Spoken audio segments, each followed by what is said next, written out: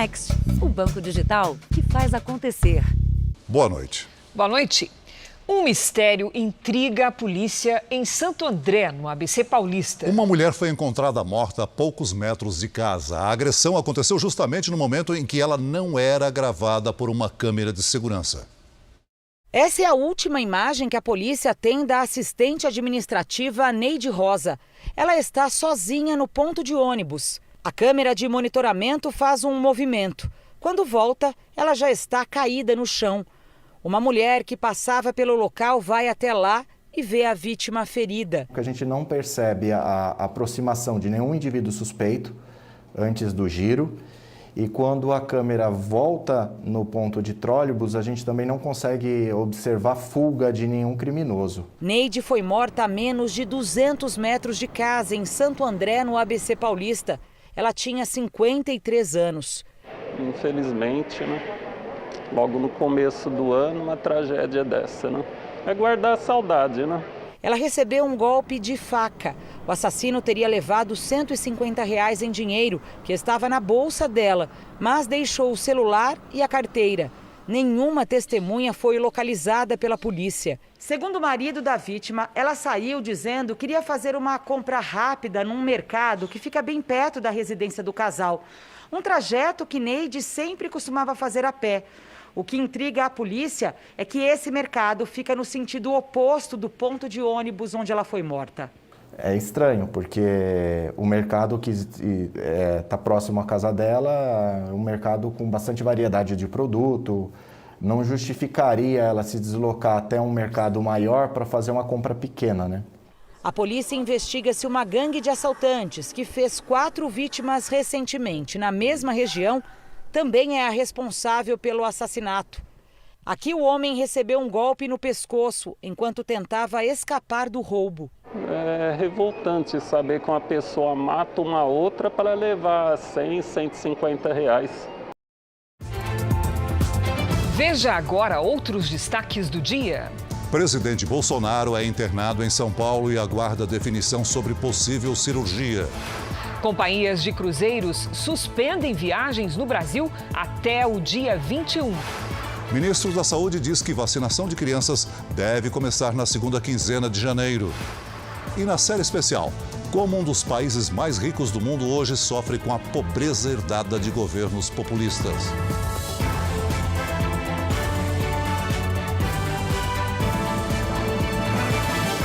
Oferecimento Bradesco. Em 2022, compartilhe o seu brilho.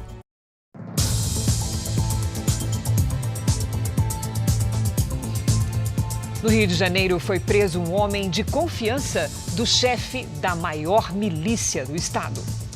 No sofá de casa, ele parece inofensivo. Mas Jairo Batista Freire seria o cabeça dos ataques aos territórios controlados por um miliciano rival na Baixada Fluminense.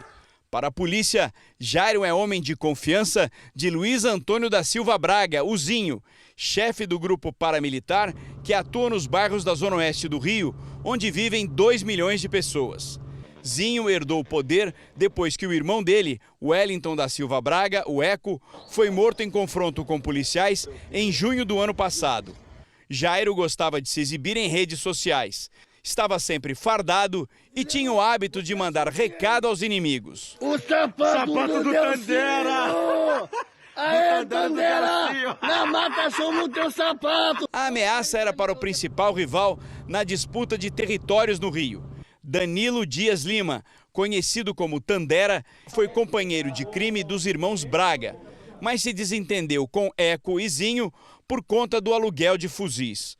O rompimento provocou uma onda de violência com mortes e pânico entre moradores dos bairros onde esses grupos atuam. Por trás dessa guerra entre milicianos rivais está uma disputa milionária. A polícia estima que esses grupos consigam arrecadar cerca de 10 milhões de reais por mês ao explorar atividades criminosas em bairros da Zona Oeste do Rio e cidades da Baixada Fluminense. Numa rede social, a polícia encontrou um outro vídeo. São criminosos armados e encapuzados. Uma imagem chamou a atenção dos investigadores. O homem que está ao centro e exibe 2 fuzis deixa aparecer um relógio. O mesmo relógio dourado estava na casa de Jairo, que também estaria envolvido na morte de um PM em dezembro. A quadrilha responsável pela morte era a quadrilha liderada por ele. Ainda não posso afirmar qual foi a participação na morte específica, mas eram todos integrantes do grupamento dele. O consumo de cigarro eletrônico pode deixar graves sequelas e coloca em risco a saúde dos usuários. A importação, propaganda e venda é proibida no Brasil, mas ainda assim é cada vez mais comum ver o produto nas mãos de jovens. O sertanejo Zé Neto é uma das vítimas mais recentes. Não importa o dia, a hora, o lugar. Faltava fôlego para completar as canções. O sertanejo Zé Neto foi parar no hospital e acabou diagnosticado com problemas pulmonares que, segundo ele, foram causados pelos cigarros eletrônicos. Depois de ter alta, o cantor fez um alerta. Passei por um problema sério do pulmão devido a cigarro, desses vapor. Inclusive dou alerta aqui para quem mexe com para com isso, porque é um cigarro como qualquer outro e faz mal do mesmo jeito ou até mais. A doença causada pelo uso de cigarros eletrônicos ou vapors é chamada de EVALI. É a sigla em inglês para os problemas pulmonares decorrentes de um hábito proibido no Brasil e cada vez mais comum entre os jovens. Pouco se sabe sobre as substâncias químicas com sabores adocicados e vendidas clandestinamente no país. Os médicos têm até agora ao menos duas certezas. Os cigarros eletrônicos são tão nocivos quanto os comuns e as substâncias usadas na vaporização provocam câncer. A partir do momento que o uso do cigarro eletrônico pode levar a uma doença hiperaguda, chamada EVALI, e que pode matar esse doente ou deixar sequelas nesse pulmão, como fibrose pulmonar, a partir desse momento não há o menor sentido em dizer que o cigarro eletrônico é mais benéfico ou menos benéfico. O uso de cigarros eletrônicos também está associado a problemas bucais, explica esta dentista. Pode causar perda óssea, que vai fazendo com que os dentes vão ficando moles, pode alterar o hálito do paciente, pode causar feridas na boca, lesões na língua. Há um ano, Jordi resolveu experimentar cigarros eletrônicos e começou a sentir falta de ar. Agora, já pensa em se livrar do hábito. Assusta, né? Eu comecei a fumar o cigarro eletrônico por achar que ele é menos prejudicial do que um cigarro tradicional. Essa é a grande verdade, assim. Pode ser que eu caí no conto do vigário, mas depois que houve especialistas, dá vontade de buscar mais sobre o assunto e encerrar, né? A volta às aulas presenciais desde o começo do ano é um alívio para pais e alunos. O problema é o custo do material escolar, que está bem maior este ano. Por causa da inflação e da alta do dólar, o aumento no preço de alguns itens pode chegar a 30%. O Natal se foi, o ano virou e começa a temporada de compras de começo de ano de material escolar. Tem que preparar o coração, o bolso e a calculadora.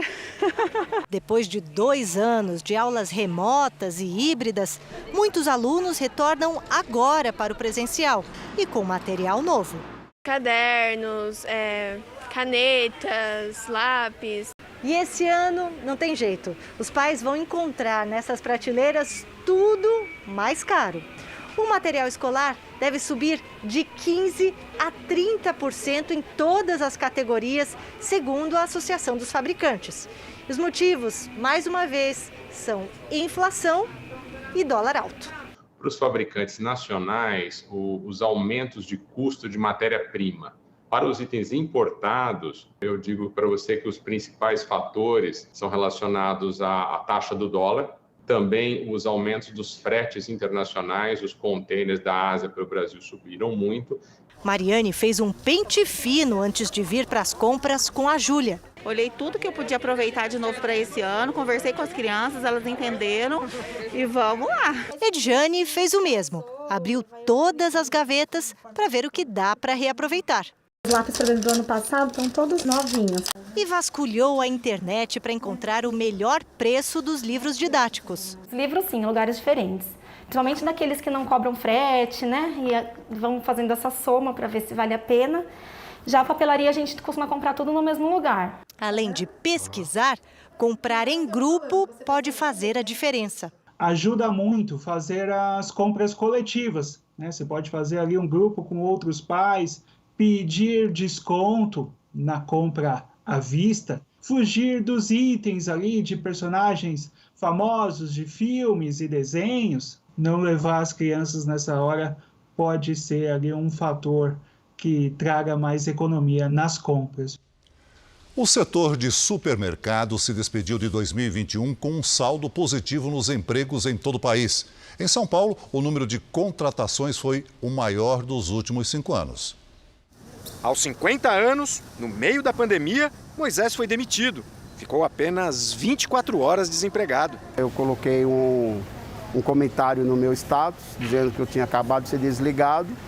E alguém viu esse comentário e me indicaram para outra empresa. E no dia seguinte eu vim fazer entrevista e já fui contratado. Além da experiência de Moisés, o aquecimento do setor de supermercados explica a rapidez na recolocação. Logo quando a Covid-19 começou a fazer as primeiras vítimas no Brasil, houve um momento de incertezas e muitas demissões. Mas ao contrário de outros setores, os supermercados conseguiram não só recuperar o movimento, como em muitos casos superar as vendas de antes da pandemia. Um resultado que se reflete também no número de contratações. Florivaldo viveu toda essa instabilidade.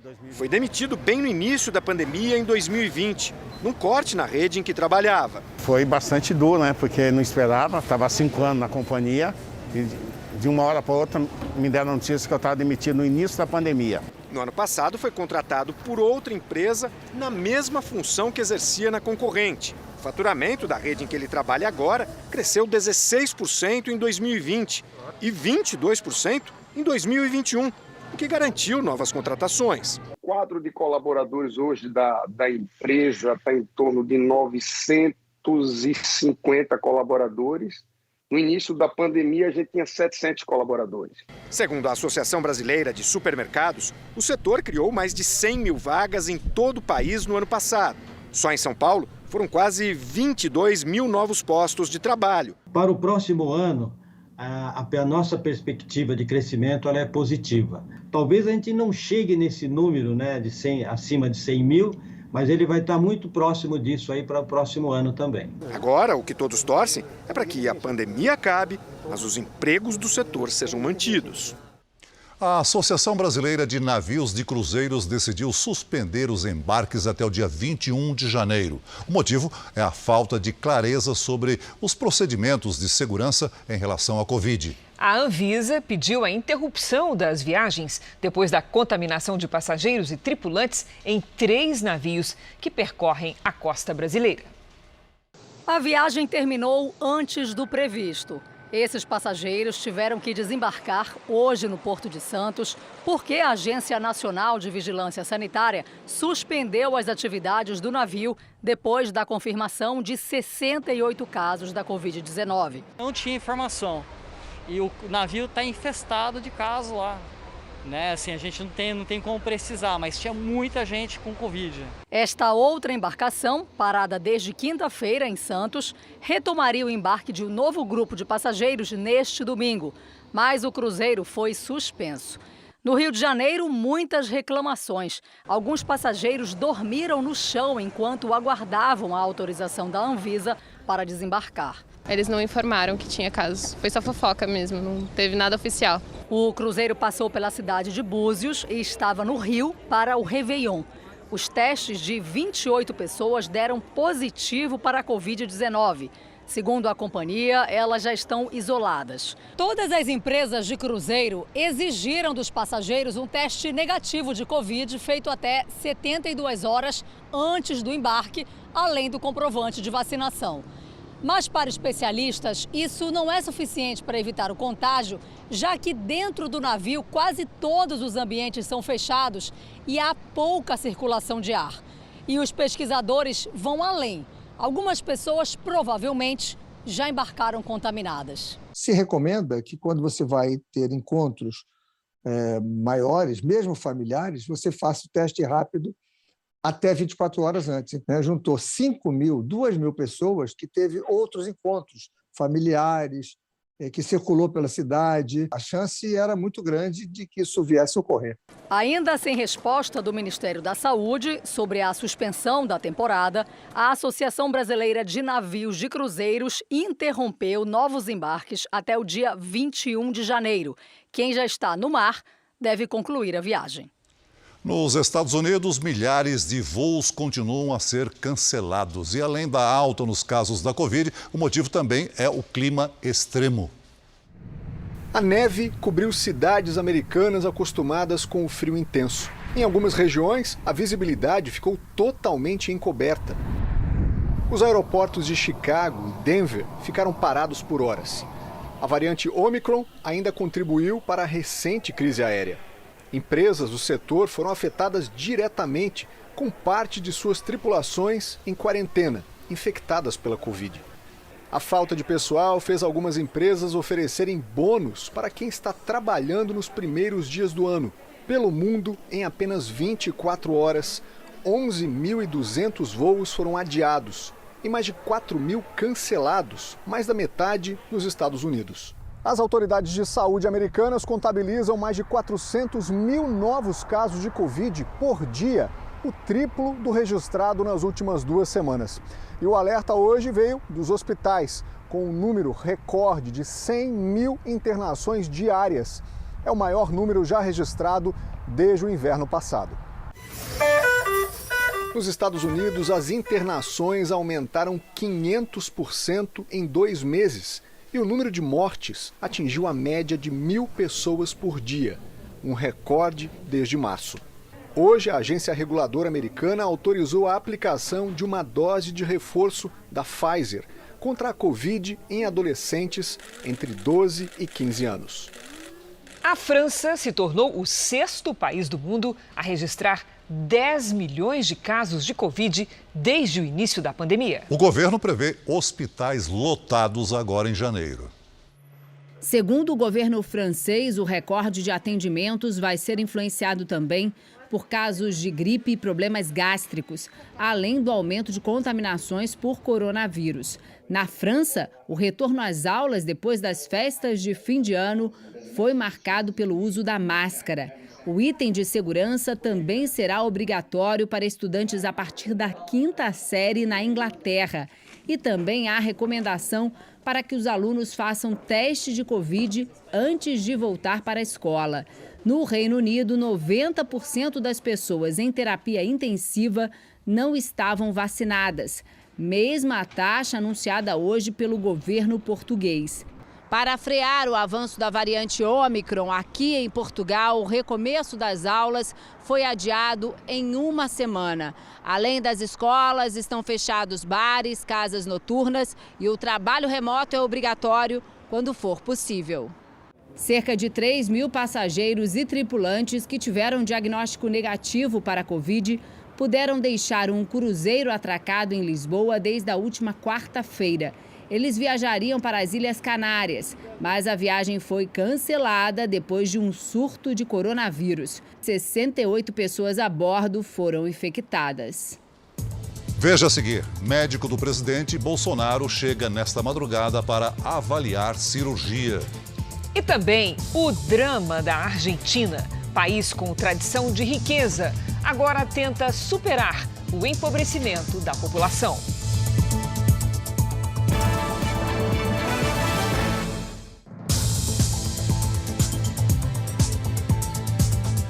O presidente Bolsonaro deve ser avaliado pelo médico dele, Antônio Macedo, durante a próxima madrugada. Bolsonaro passou mal neste domingo em Santa Catarina e foi trazido às pressas a São Paulo com dores abdominais e um quadro de obstrução intestinal. Ainda não está claro se haverá necessidade de cirurgia. O presidente está isolado desde a madrugada num andar inteiro desse hospital de São Paulo. Bolsonaro foi trazido de avião de Santa Catarina, onde passava férias desde 27 de dezembro, depois de sentir dores na região abdominal. No embarque, as imagens exclusivas da NDTV, afiliada da Record TV, mostram que o presidente estava com acesso venoso, o que, segundo especialistas, indica a aplicação de medicação para um possível quadro de dor. Numa rede social, o próprio presidente relatou o que aconteceu. Ele disse que passou mal após o almoço de domingo. Chegou ao hospital às 3 da madrugada de hoje. Recebeu uma sonda nasogástrica e fará mais exames para uma possível cirurgia de obstrução intestinal na região do abdômen. Pela manhã, o primeiro boletim médico dizia que o presidente Jair Bolsonaro deu entrada na unidade devido a um quadro de suboclusão intestinal. Suboclusão é uma obstrução. Ainda segundo o boletim, Bolsonaro estava em tratamento. Seria reavaliado ao longo da manhã pela equipe do Dr. Antônio Macedo e não havia previsão de alta. De acordo com a Secretaria de Comunicação do Palácio do Planalto, o presidente passa bem. Se for confirmada, a cirurgia será a 5ª desde o atentado sofrido pelo presidente em Juiz de Fora, durante a campanha de 2018. O médico Antônio Macedo é quem tem tratado o presidente desde o ataque à faca em Minas Gerais. Ele está de férias nas Bahamas e vai chegar ao Brasil por volta de 2 horas da madrugada. Dr. Macedo disse ao jornalismo da Record TV que Bolsonaro talvez não precise se submeter a uma nova cirurgia para corrigir o quadro de obstrução intestinal. Mas o médico informou que só vai decidir sobre isso depois de examinar o presidente. E agora à noite saiu um novo boletim médico sobre a saúde do presidente. Ele teve melhora clínica após a passagem de uma sonda nasogástrica, sem febre ou dor abdominal. Jair Bolsonaro fez uma curta caminhada pelo corredor do hospital e permanece em tratamento. Ainda não há avaliação definitiva quanto à necessidade de cirurgia. Além do doutor Antônio Macedo, também assina o boletim o cardiologista do presidente, Leandro Echenique.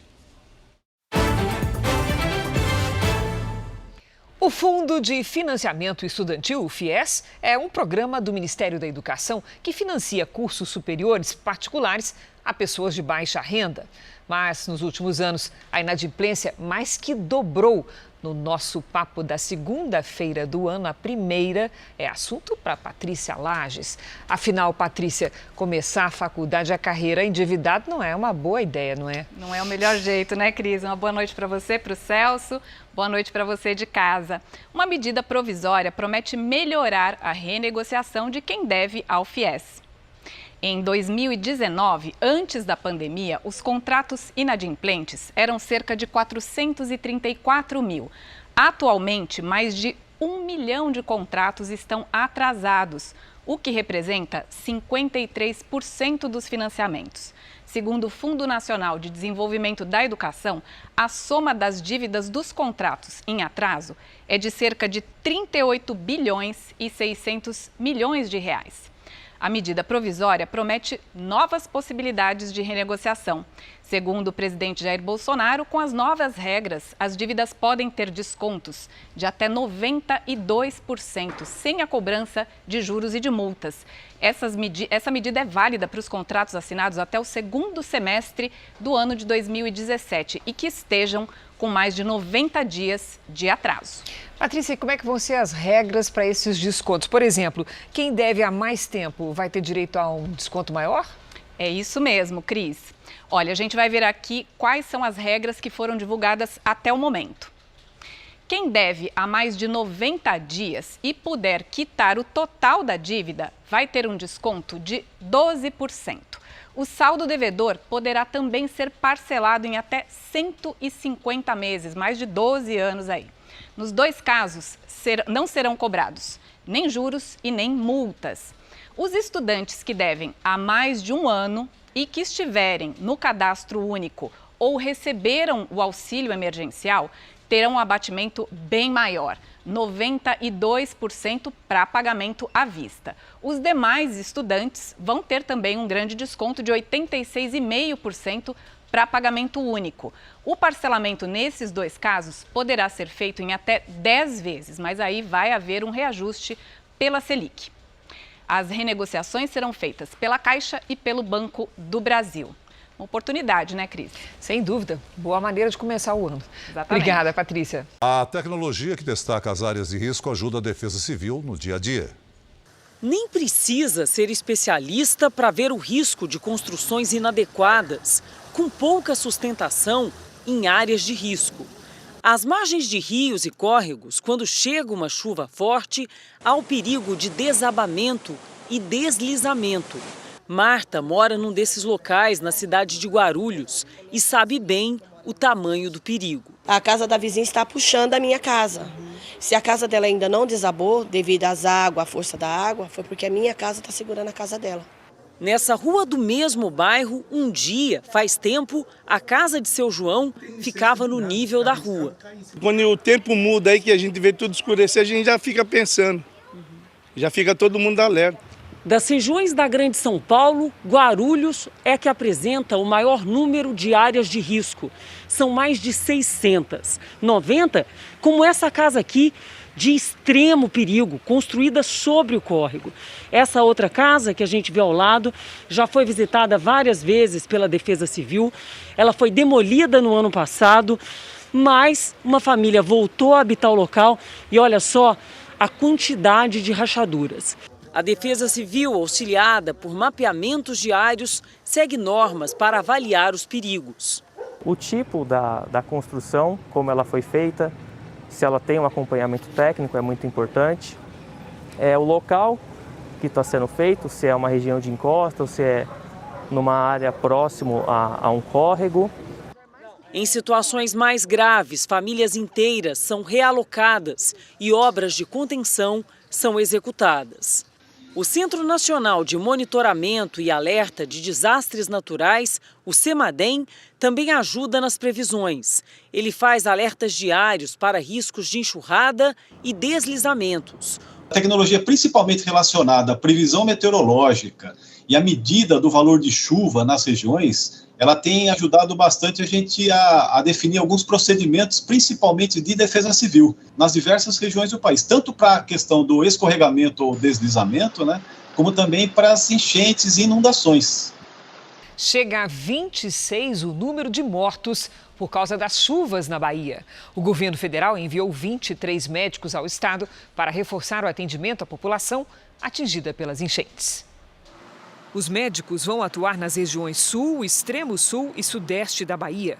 Estiveram hoje em Ilhéus os ministros Marcelo Queiroga, da Saúde, João Roma, da Cidadania e Damares Alves, da Família, Mulher e Direitos Humanos.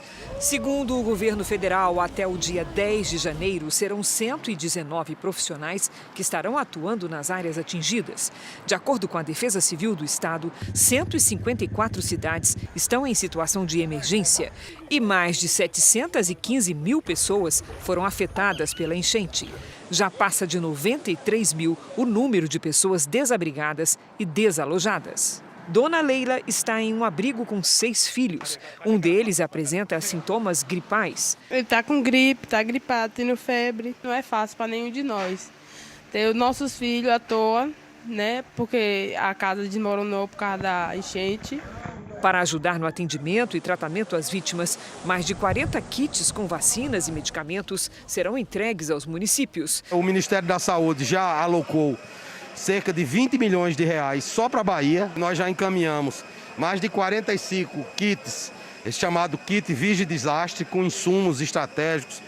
O ministro da Cidadania, João Roma, disse que o trabalho em favor das vítimas vai continuar. Nós estamos trabalhando incansavelmente, articulando todas as equipes e seguindo a determinação do presidente Bolsonaro, que é não medir esforços para atender as pessoas que estão vivendo esse momento dramático em suas vidas. A chuva destruiu tudo o que a aposentada Valdete conseguiu com anos de trabalho. Restaram apenas algumas paredes e muita sujeira. Eu não tenho nada. Estou aqui na casa da vizinha. Uma vez eu corri, deixei tudo aí, quando eu vim aqui, estava a bagaceira aí. E agora tem que esperar Deus, a vontade de Deus e dos homens, a boa vontade, né? Para me ajudar, para fazer de novo, eu não posso comprar. Em Minas Gerais, a Defesa Civil informou que Belo Horizonte está com alto risco para desabamentos.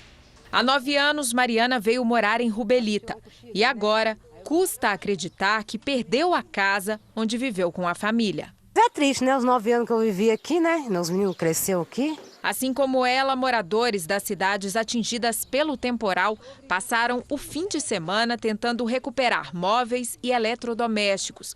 Em Salinas, a ponte que liga o centro a vários bairros está destruída. Foi chocante para a cidade toda, na verdade, né? O ministro do Desenvolvimento Regional, Rogério Marinho, sobrevoou a região.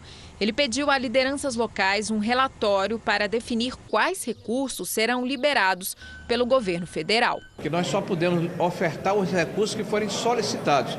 E as prefeituras só vão ter condição de ter um diagnóstico quando as águas baixarem. 124 cidades decretaram situação de emergência e mais de 80% dos municípios mineiros estão em alerta por causa da chuva. Belo Horizonte está no nível máximo, com alto risco de desabamento e deslizamentos de terra, principalmente em áreas de encosta. Na BR-354, perto de Itamonte, uma árvore bloqueou o tráfego de ônibus e caminhões. Também no sul de Minas, a praça principal de Pouso Alto ficou tomada pela água. Até agora, 6 pessoas morreram por causa dos temporais em Minas. São mais de 3.000 desabrigados e 13.000 desalojados. Em Pompéu, região central, moradores que ficaram ilhados precisaram ser resgatados de barco.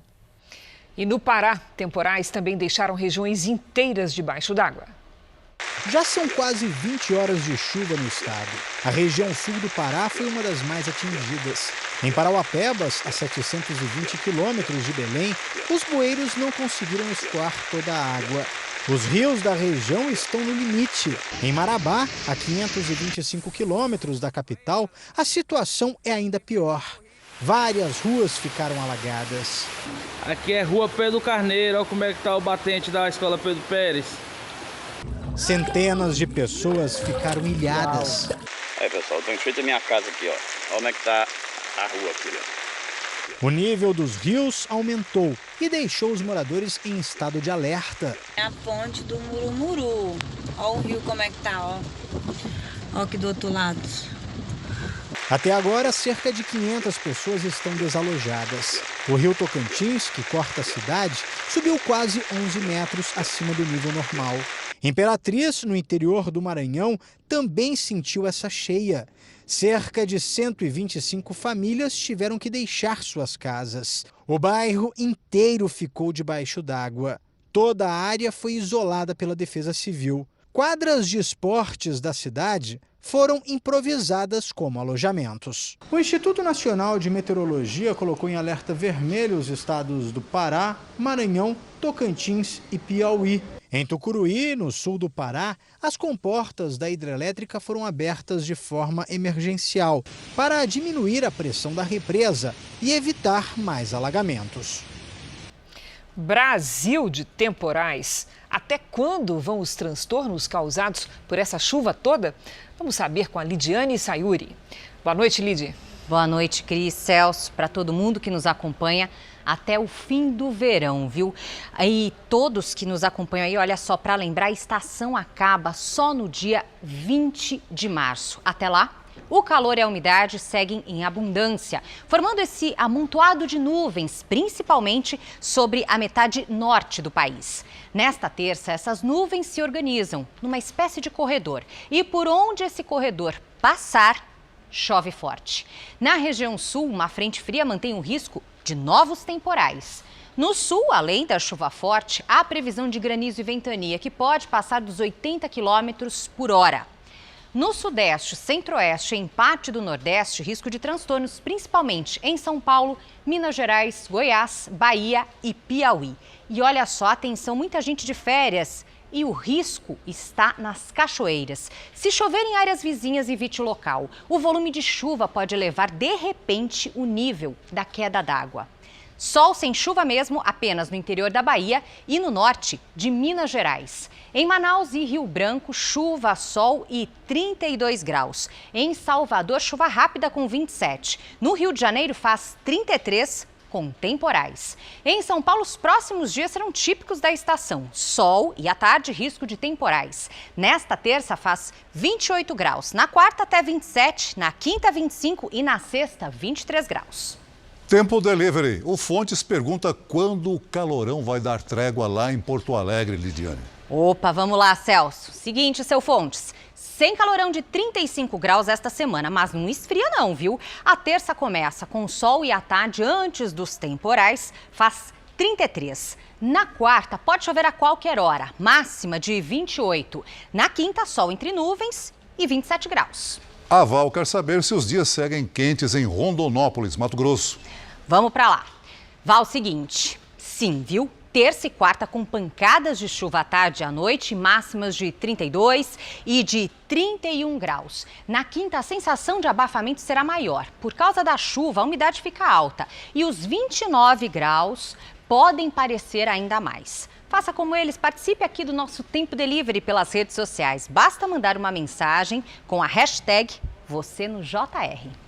Boa noite, gente. Até amanhã. Obrigada, Lidy. Até amanhã, Lidy. Em 2021, mais de 500 toneladas de droga foram apreendidas em ações coordenadas pelo Ministério da Justiça só nas fronteiras do Brasil. A maior parte ocorreu em Mato Grosso do Sul. É do Paraguai que sai muito da maconha que abastece o mercado brasileiro. Neste flagrante em Mato Grosso do Sul, quase 1 tonelada da droga estava escondida neste carro que voltava do país vizinho. Em outra abordagem, o motorista preso em flagrante disse que receberia R$10 mil pelo transporte da droga. Pelas estradas de chão da fronteira, traficantes apostam até no transporte de pequenas quantidades em moto. Em 2021, um recorde: 36,5 toneladas de maconha descobertas de uma vez só. A maior apreensão já registrada no país. Segundo o Ministério da Justiça e Segurança Pública, no ano passado, mais de 560 toneladas de droga foram apreendidas em regiões de fronteira. E a maior parte ocorreu aqui, em Mato Grosso do Sul. Segundo a Secretaria Nacional Antidrogas, 80% da maconha apreendida no país sai do Paraguai e entra no Brasil por estradas que ligam os dois países. Com as apreensões ao longo dos últimos meses, o prejuízo às grandes organizações criminosas ultrapassam a marca de R$2 bilhões.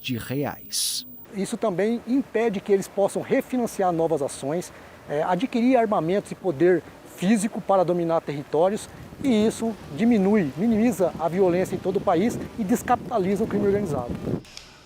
Um novo foco de incêndio atingiu o parlamento da África do Sul, na cidade do Cabo. A suspeita é que tenha sido um ato criminoso.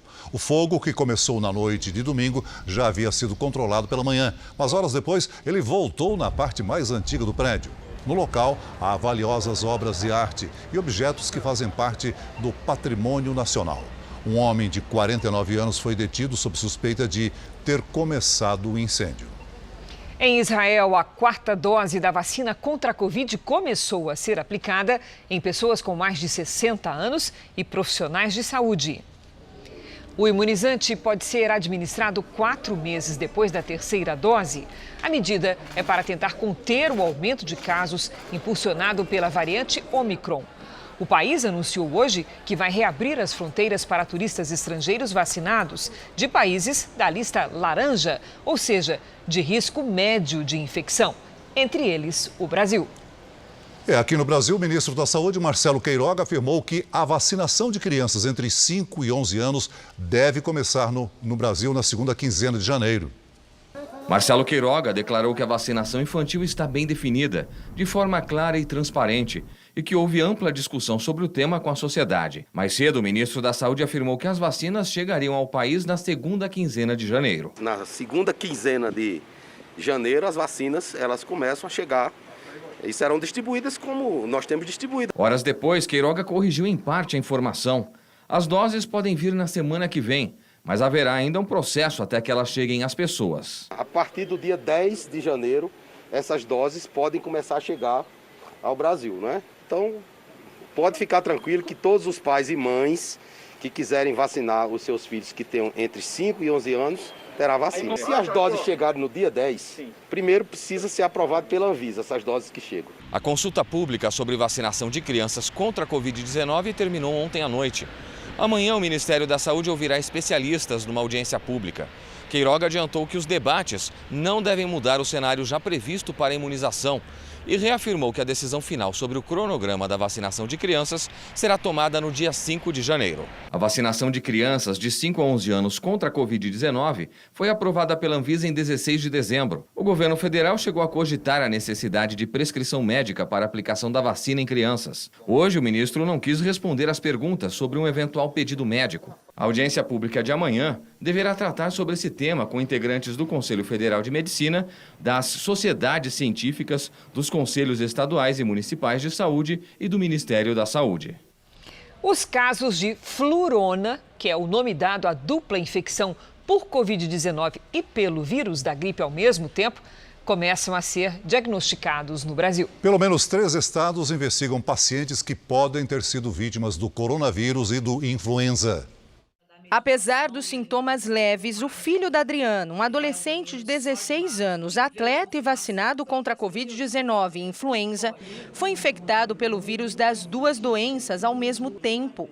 O diagnóstico foi comprovado em 2 exames feitos em laboratórios particulares diferentes. A reação no primeiro exame foi de incredulidade, né? Eu não conseguia crer que aquilo fosse real. Por isso eu fui tirar a prova em outro laboratório. No Ceará, a Secretaria de Saúde confirmou 3 casos de duplo diagnóstico nas últimas semanas de dezembro.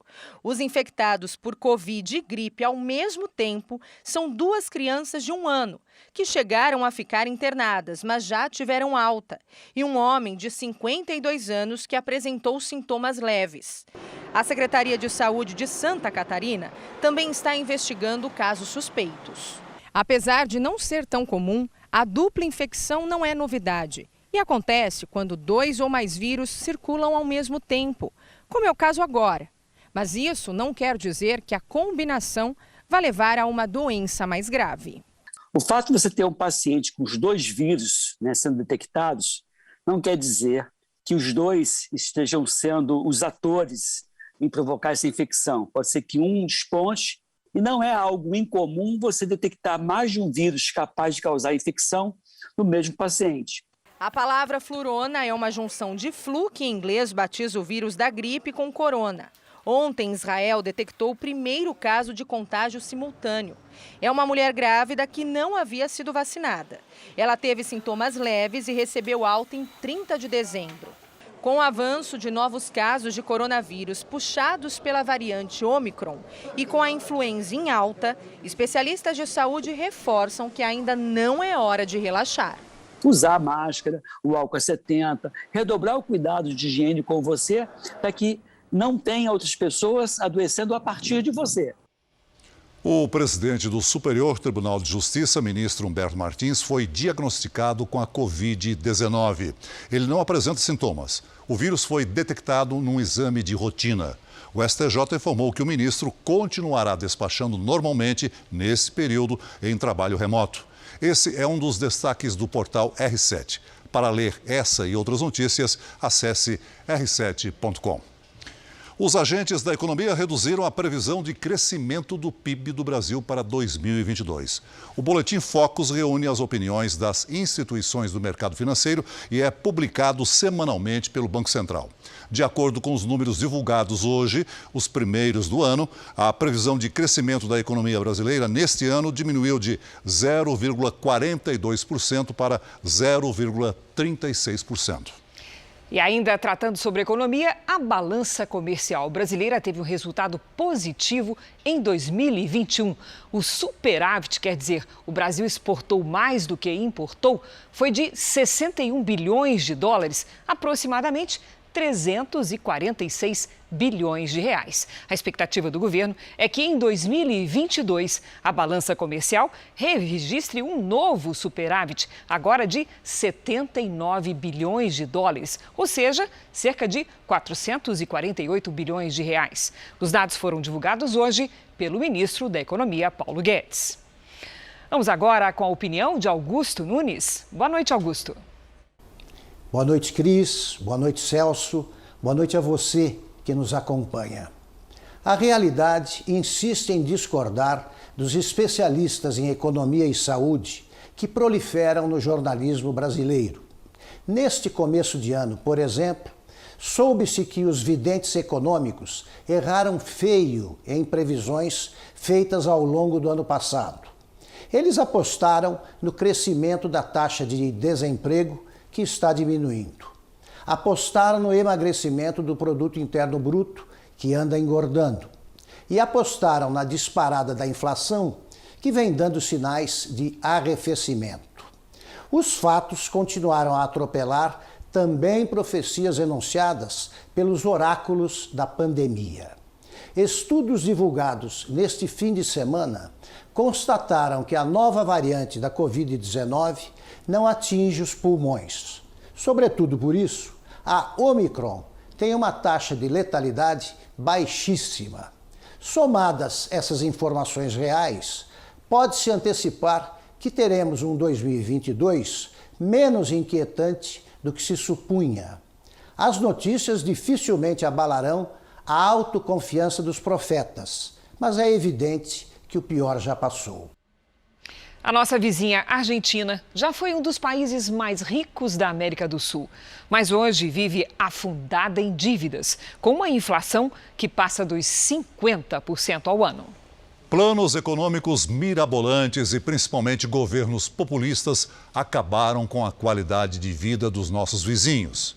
Na série especial de hoje, você vai conhecer as dificuldades que o povo argentino enfrenta numa das piores crises de sua história.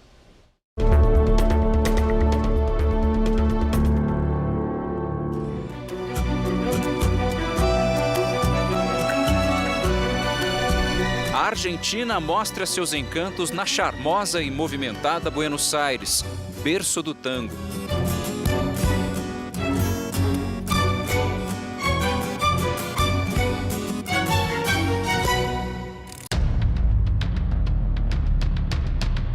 Mas este país a cada dia dá lugar a outro.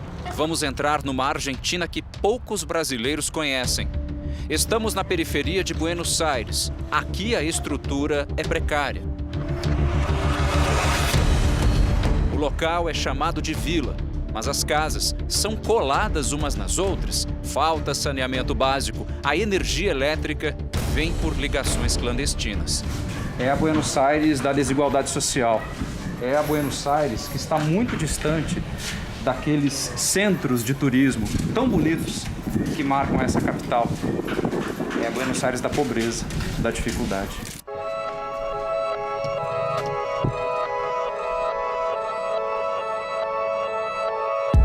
As favelas tiveram um crescimento significativo nos últimos tempos, devido à crise econômica em que o país está mergulhado.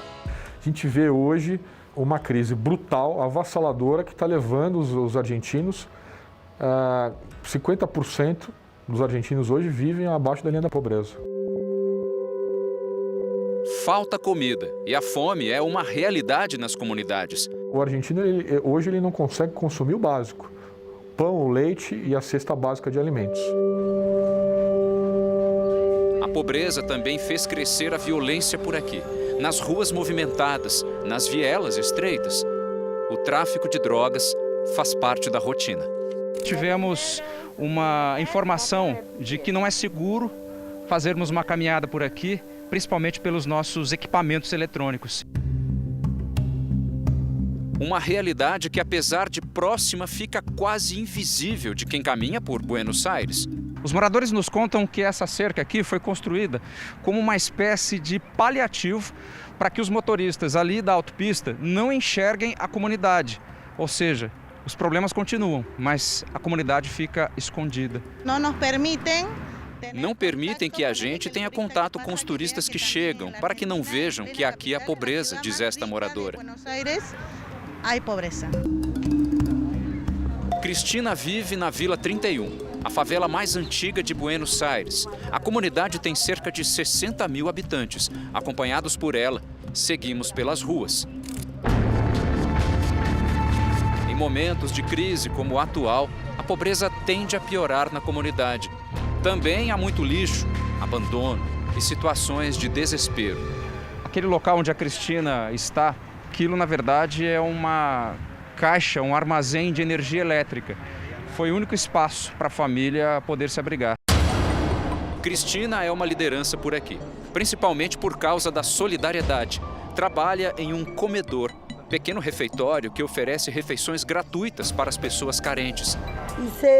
Sei que eles não têm, sei o que eles passam. É um grande sacrifício.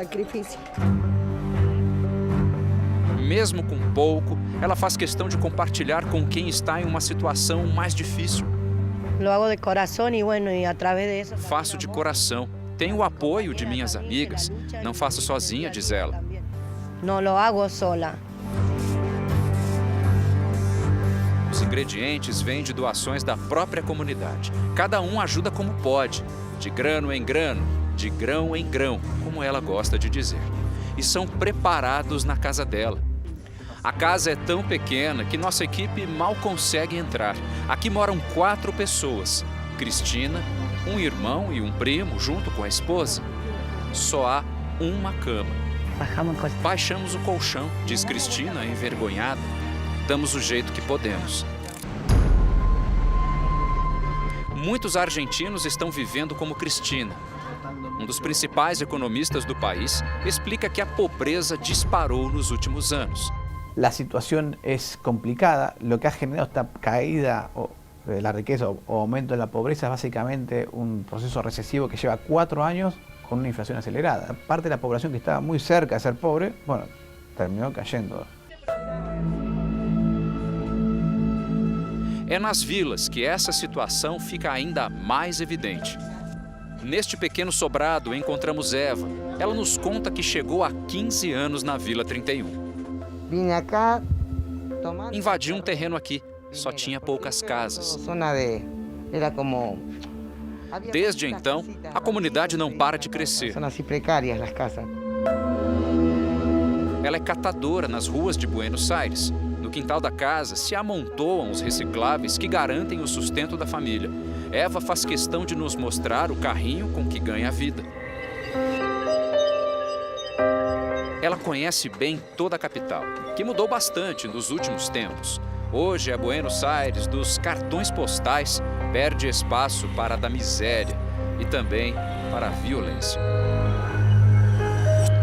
Nos últimos anos, os argentinos viram assustados o país se aproximar dos vizinhos sul-americanos nos índices de violência. Hoje, a Argentina é um dos 20 países mais perigosos do mundo, de acordo com o World Population Review. Situação inimaginável até pouco tempo atrás. Porque existe uma relação diretamente proporcional, que a gente chama de economia do crime, não é? Quando a família não tem renda, não tem emprego e vive uma situação desesperadora, o índice de criminalidade aumenta muito. É uma nova Argentina que se revela a cada dia, que dá passos a uma situação cada vez mais difícil, que grade nenhuma já consegue esconder.